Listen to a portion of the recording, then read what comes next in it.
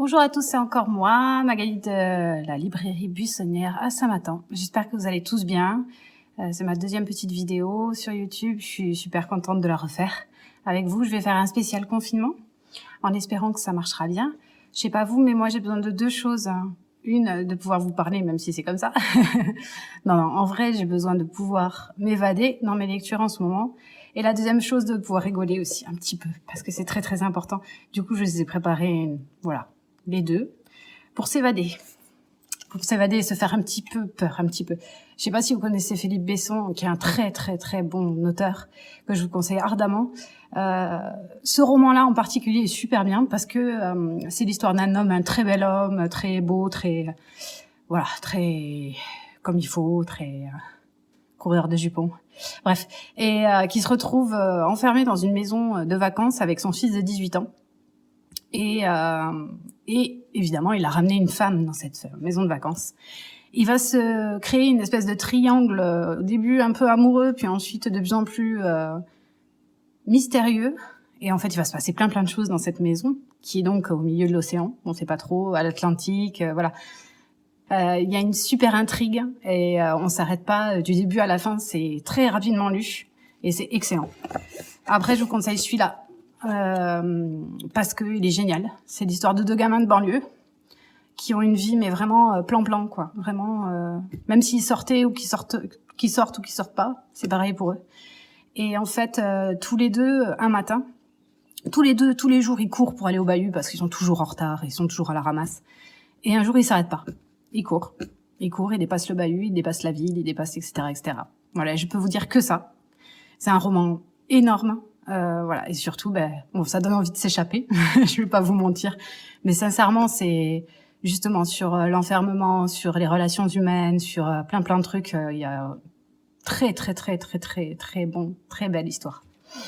Le troisième, ce serait celui-là.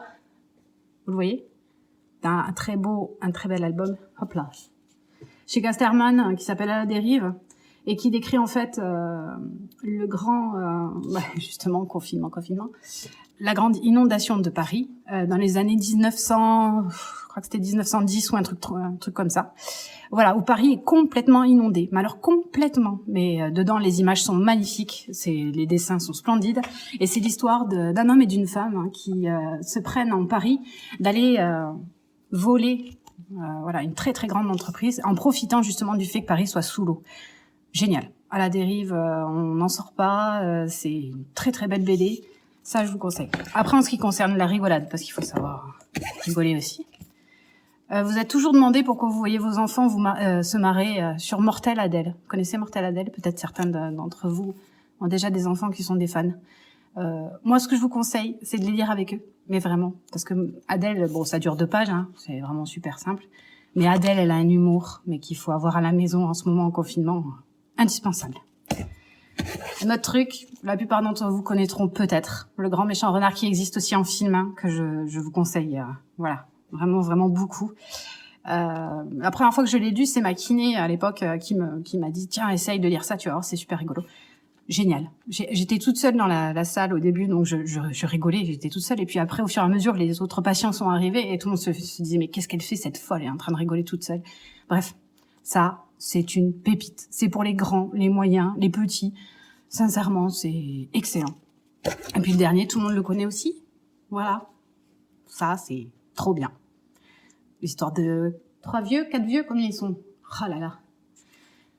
Qui ont décidé que si c'était la fin de la vie, autant s'amuser un petit peu.